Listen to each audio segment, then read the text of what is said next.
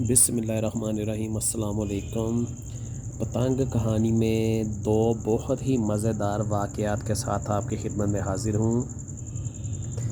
तो पतंगबाज़ी दोस्तों एक ऐसी चीज़ है कि इसमें बाज़ दफ़ा ऐसा होता है कि आपको एक पतंग या एक गुड्डा या एक डोर बहुत शानदार लगती है और आप दिल में उससे उम्मीदें बांध लेते हैं कि ये बहुत शानदार रिज़ल्ट देगा आपको गुड्डा या पतंग या डोर, लेकिन नतीजा उसके बिल्कुल ही उल्ट होता है। तो बाज़ दफ़ा ऐसा होता है कि आप किसी पतंग या गुड्डे को या किसी डोर को इस कदर निकम्मा या नाकाबिले इस्तेमाल समझते हैं कि इसने क्या करना है, इसने तो मुझे शर्मिंदा ही करवाना है, लेकिन नतीजा उसके बिल्कुल उल्ट निकल आता है। तो ऐसे ही मैं दो वाक़यात आपको बताता हूँ। लाहौर शहर में 1990 से 95 के दरमियान पतंगबाज़ी अपने मुकम्मल अरूज पर पहुँच चुकी थी और नए से नए धागे बनाने वाले लोग भी मैदान में आ रहे थे, जिनमें बहुत ज़्यादा नाम जेपी कोर्ट्स के बाद केबी थ्रेड का था। केबी थ्रेड के बाद डियर वाले आए, डियर वालों के बाद वो डबल एक्शन वाले आए, डबल एक्शन के बाद एक कैंगरू वाले आए। तो इसी तरह से मुझे किसी डोर वाले ने कहा कि आप कैंगरू का धागा लेकर आओ, 5 कैंगरू, 7 कैंगरू, 8 कैंगरू है, तो जो आपको उसमें से पसंद है तो वो आप धागा ले आओ। शीशा वो बहुत अच्छा उठाता है वो धागा। तो मैंने उसके कहने पर 8 पीस ले लिए 5 कैंगरू के। वो डोर लगवा ली। जब वो डोर लगी तो वो डोर जनाब देखने में बहुत ही आउट क्लास। अच्छा, उस डोर वाले ने जिसने डोर लगाई थी, मैं उसका नाम नहीं लूँगा, और डोर में कोई नुक्स था भी नहीं। वो देखने में मतलब कोई भी उड़ाने वाला या गुड्डी डोर को जो समझता है वो उसको देखेगा तो वो उसको फ़ौरन ही पास कर देगा। उसने कहा था कि इसको 2-3 दिन का रेस्ट देना और फिर जो मर्ज़ी उड़ा लेना। अच्छा जी, वो ग्राउंड में हम पेच करने जाते थे। मैंने एक पतंग उड़ाई, मेरी कट गई। मैंने दूसरी उड़ाई, मेरी दूसरी पतंग कट गई। मैंने तीसरी उड़ाई, मेरी तीसरी पतंग कट गई। एकदम से मुझे ख्याल आया कि मैंने वो एक चरखी जो लगवाई थी 8 पीस की कैंगरू, तो क्यों ना उसको ट्राई किया जाए।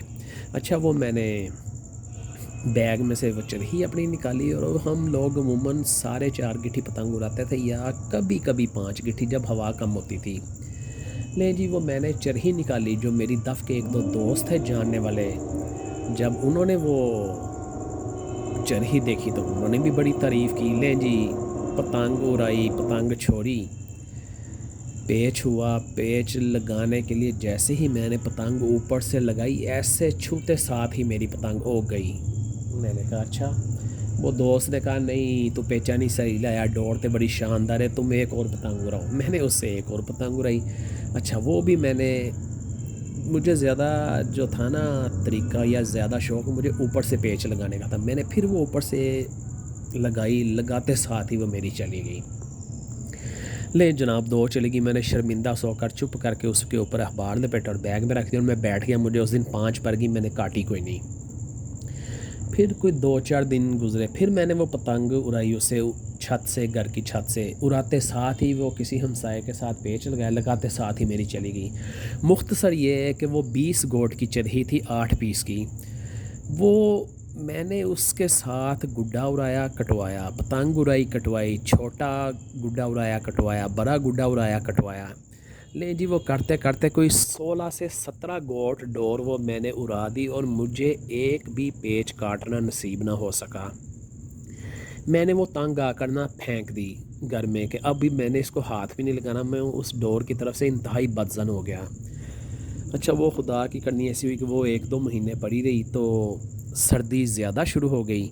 तो वो सर्दियों में ये होता है कि मौसम बहुत सैलाब वाला हो जाता है और धुंधें शुंधें होती हैं, तो वो आप गुड्डा या पतंग जो भी उड़ाते हैं धुंध में, तो वो नमी की वजह से ना अपना काम नहीं करती। तो मैंने वो एक 5 रुपए वाली पतंग, उस ज़मानों में 3 गिट्ठी पतंग होती थी, मैंने वो 3 गिट्ठी सी पतंग जो बाज़ारी रेडीमेड सी पतंग होती है, मैंने वो पतंग उड़ाई। तो वो आगे छोटे बच्चे उड़ा रहे थे 5-5 रुपए वाले गुड्डे।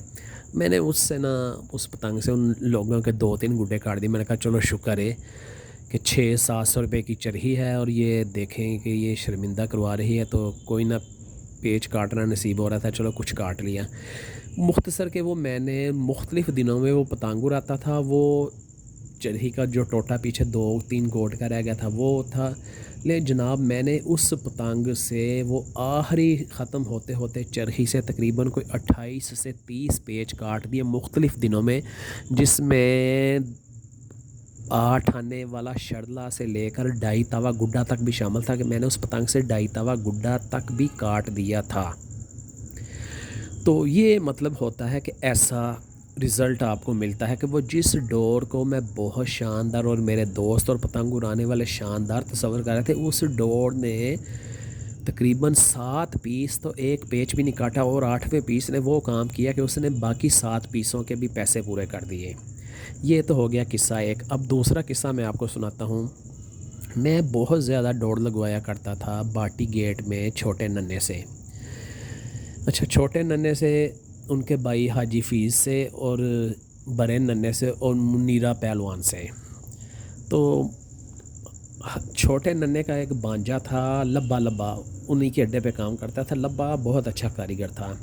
तो मैं एक दिन डोर लगवाने गया तो मुझे किसी ने बताया कि लब्बा यहाँ से काम छोड़ कर चला गया है। तो मैंने कहा कहाँ चला गया? तो उसने कहा मुझे नहीं पता।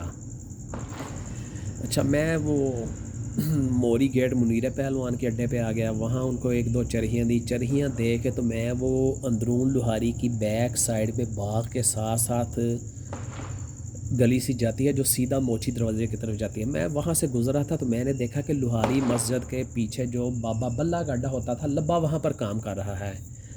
तो वो एकदम उसने मुझे देख के मुझे आवाज़ दे ली। मैं ना उसे देख सका, उसने मुझे आवाज़ दी। तो मैंने कहा तू किथे? तो उसने कहा कि मैं कुछ दिनों के लिए यहाँ पर काम कर रहा हूँ, मैं अब अपना काम शुरू करना चाहता हूँ, तो यहाँ पर मैं थोड़े दिन के लिए हूँ, फिर मैं अपना अड्डा शुरू कर दूँगा। लो जी, मुझे पता चला कि वो बाबा बल्ला जी बूढ़े हो चुके हैं बहुत ज़्यादा, और उन्होंने ये अड्डा दे दिया है साकी शहज़ादा नाम का कोई बंदा उसको।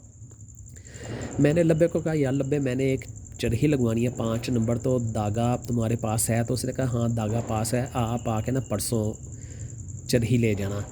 तो वो इत्फाक से वो साकी शहज़ादा भी आ गया। तो लब्बे ने मेरा उनके साथ खैलो हला करवा दी। तो उन्होंने कहा कि हाँ भाई आप परसों आके ना शाम को चरखी ले जाना।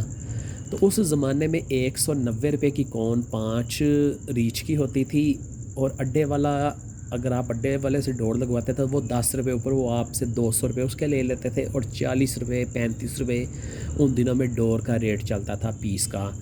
तो वो चरखी वगैरह डाल के समझा कि 360-70 रुपये की आपकी चरखी तैयार हो जाती थी 10 गोट की। मैंने साकी को एक चरखी का कह दिया, मैंने उसको पैसे दिए, मैं चला गया। 2 दिन के बाद हस्बे वादा जब मैं साकी के पास पहुंचा तो उसने मुझे एक डोर ला के पकड़ा दी। वो जब मैंने डोर की शक्ल देखी तो मेरा दिल सा ही टूट गया। मैंने कहा यार ये लब्बे ने कितनी तारीफ़ें की थी और इस बंदे ने मेरे साथ क्या किया। मैं बहरहाल वो चुप करके खामोशी से मैंने चरखी पकड़ी और टूटे दिल के साथ मैं घर आ गया। मैंने ला के ना वो चरखी, जैसे कि पहली 5 कैंगरू की चरखी फेंकी थी, मैंने वो चरखी भी फेंक दी। मेरा उसकी तरफ उड़ाना तो दूर की बात, देखने को भी दिल ना करे। अच्छा, उस वो चरखी लगवाने के बाद के 5-6 दिन के बाद मुझे मोची दरवाज़े जाने का इत्तेफाक हुआ। तो वहाँ पर कुछ पतंगे रेडीमेड भी आती थी, जिसे हम अब पतंगबाज लोग उड़ाने वाले अपनी ज़ुबान में कहते हैं फड़लू पतंगे, मतलब वो बाज़ार की बनी हुई, जिसमें कोई बहुत ज़्यादा तीलियों को एक जैसा नहीं किया जाता, बस जल्दी जल्दी में बना दी जाती हैं। वो एक थी ब्लू और पीले कलर की कैल की रकम 5 की थी। मैंने उस बंदे से पूछा तो उसने कहा कि 180 रुपये की रकम, यानी कि 180 रुपये की 12 पतंगे। मेरे दिमाग में बात आई, मैंने कहा यार वो बुढ़ी सी चरखी वो पड़ी है 5 नंबर की, तो चलो ये 12 पतंगे ले लेते हैं। वो छत पे रुआ के कोई छोटे मोटे जो बच्चे और आते हैं उनके साथ ही पेचे पूचे लगाया करेंगे। वो जनाब मैंने वहाँ से 12 पतंगे ले ली। वो मैंने उसमें से 2-3 पतंगे उड़ाई, 2 ठीक निकली, 1 ठीक ना निकली। अच्छा, एक मैंने उसमें से पतंग उड़ाई, चौथी पतंग, तो वो 5 नंबर की मुझे चरखी याद आ गई। मैंने कहा चलो आज ना इस पतंग को उस चरखी से ट्राई करते हैं। तो लाहौर शहर में चरखी भी बननी शुरू हो गई थी, और चरखी वाली डोर के पीछे सादा धागा लगाने का रिवाज भी बहुत ज़ोर पकड़ गया था। मैंने हस्बे मामूल मैंने वो अपनी छत से कुछ 6-7 लर का टोटा लगाया, और पीछे मैंने वो 12 गोरे डोर थी केबी थ्रेड की, वो सादी डोर मैंने साफ़ सफ़ेद धागा ही लगा लिया। वो मेरे घर से 2 गलियां पर एक लड़का रेगुलर पतंग उड़ाता था, मैंने उसके साथ पेचा किया। मैंने उसकी एक पतंग काट दी, उसने दूसरी उड़ाई, मैंने दूसरी काट दी। मैंने कहा ओए इस डोर की कोई शक्ल सूरत तो है नहीं, लेकिन ये काम क्या कर रही है। मैंने जनाब वो 2 पतंगे काट के, क्योंकि वो शाम को असर के करीब उड़ाते थे और असर और मगरिब के दरमियान 1-1.5 घंटे का वक्फा होता है, 2 पेच लगाए। तो मैंने वो पतंग उतार के रख ली। अल्लाह बख्शे मेरे बहुत अज़ीज़ दोस्त बड़े भाई की तरह थे। अफजल भट्ट मरहूम ग्लासगो रहते थे, तो वो साल के साल जनवरी के दिनों में पाकिस्तान आ जाया करते थे कि एक महीना बसंत भी मनाऊंगा, दिल खोल कर पेचे भी लगाऊंगा। तो वो सर्दी के दिन थे। वो मतलब उसने जब वो साकी ने डोर लगाई तो वो शायद वो थोड़ा ठंडा दिन था, धुंध वाला दिन था, लेकिन वो पता नहीं था कि उस डोर के रग रग में शीशा रच चुका था। अच्छा, वो भट्ट साहब आगे वो चरही पड़ी थी। भट्ट साहब ने एक दिन मुझे कहा पतंग उड़ाओ। मैंने वही कैल पतंग अपनी उड़ा दी। पतंग उड़ाई मैंने, वो भट्ट साहब की भी एक दो काट रही है। अब मैं दीदा दलेरी आ गई, मैंने कहा मैंने 4 पेच इतनी आसानी से काट रही है, इस डोर में है क्या। लो जी, वो खुदा की करनी ऐसी हुई कि वो पतंग और वो डोर मुझे इस कदर रास आई कि मैं वो 10-15 दिन मुसलसल उड़ाता रहा। जिस वक्त भी मैंने वो पतंग उड़ाई, जिस वक्त भी मैंने वो डोर उड़ाई, उस डोर ने मुझे यकीनी रिज़ल्ट दिया जो कि मेरी ही फेवर में रहा। उस 5 गिट्ठी पतंग से मैंने भट्ट साहब की 6 गिट्ठी पतंग भी काट ली, उससे साढ़े 6 गिट्ठी पतंग भी और 7 गिट्ठी पतंग भी काट ली। हमारे शादबाग में एक बहुत मशहूर काइट मेकर थे डॉक्टर मरहूम, तो उसका बेटा था मसूद, जिसको वड्डा भा कहते थे। तो वो 7 गिट्ठे तीरे वड्डा भा के हाथ के बने हुए थे, जो कि भट्ट साहब एक रकम लेकर आए थे। ले जी, वो मैंने 7 गिट्ठा तीरा भी बड़ी आसानी से उसके साथ काट लिया। होता क्या था कि वो उस डोर से मैं डबल वाल कर लेता था। अब डबल वाल करने के बाद बिल्कुल सीधे हाथ से मैं चलाता जाता था। उस टाइम ऐसा होता था कि दूसरी पतंग वाला जो है ना, वो चलाकियाँ लगाते लगाते वो डोर उसके बीच में ही दंस जाती थी और मेरी पतंग के कुंदे साफ़ थे और मेरी पतंग का सारा वज़न भी दूसरी मुखालफ की पतंग के ऊपर चला जाता था, यानी कि उसको अपनी डोर से 2 पतंगों को संभालना पड़ जाता था। मैं इस तरीके से डोर छोड़ता था कि मेरी पतंग का वज़न भी दूसरे के ऊपर चला जाए और मेरा पेटा भी ढीला ना रहे। तो वो जनाब मैंने उस कैल पतंग से कोई तकरीबन 8-10 दिन मैंने यानी कि उड़ाई। कभी एक काट लूँ, कभी 2 काट लूँ, करते करते मैंने कि 15-16 के करीब मैंने वो पेच काट लिए उस एक कैल से ही। तो वो डोर फिर मतलब कि वो ऐसा होता था कि 5-7-8 पेच काटती थी तो वो कोई क्रिकी लग जाती थी, वो टूट जाती थी, फिर नया टोटा लगाता था, फिर वो ऐसे। तो ये मेरी ज़िंदगी के 2 इंतहाई शानदार चरखियाँ गुजरी हैं। एक मैं पहले आपको वाक़या बता चुका हूँ कि जो छोटे नन्हे के अड्डे से ही मुझे वो लब्बे ने लगा कर दी थी, या लब्बा था या एक लड़का आमिर हुआ करता था वहाँ में, इन दोनों में से किसी ने लगाई थी मिट्टी से कलर की। तो ये 5 रिछे, एक वो छोटे नन्हे के अड्डे वाली और एक ये साकी शहजादे के हाथ की लगी हुई। मैं कहता हूँ कि मैंने इन डोरों से बेइंतहा पेच काटे। तो ये सारी कहानी सुनाने का मकसद ये था कि सम टाइम आप जिस चीज़ को बिल्कुल निकम्मा और बिल्कुल नकारा समझते हैं, वो आपको अपनी उम्मीद से और अपनी सोच से ज़्यादा अच्छा रिज़ल्ट दे जाती है। और किसी चीज़ को आप बहुत ही शानदार समझते हैं, गुड्डी डोर या पतंग, और वो आपकी उम्मीद के बिल्कुल ही उल्ट जाती है, यानी कि वो आपको वो रिज़ल्ट दे ही नहीं पाती कि जिस कदर वो चीज़ खूबसूरत या कारआमद लग रही होती है। तो ये भी मेरी पतंगबाज़ी की ज़िंदगी के 2 शानदार वाक़यात थे जो 1996-97 के ज़माने में पेश आए थे। तो मैंने ये आप लोगों के साथ दोनों वाक़यात शेयर कर दिए हैं। तो ये आपको कैसे लगे मुझे कमेंट में बताइएगा, और मेरे चैनल को लाइक करें, शेयर करें और सब्सक्राइब करें, और भाई को दुआओं में याद रखें। फिर किसी नए एपिसोड में आपसे मुलाकात होगी, तब तक के लिए अल्लाह हाफिज़।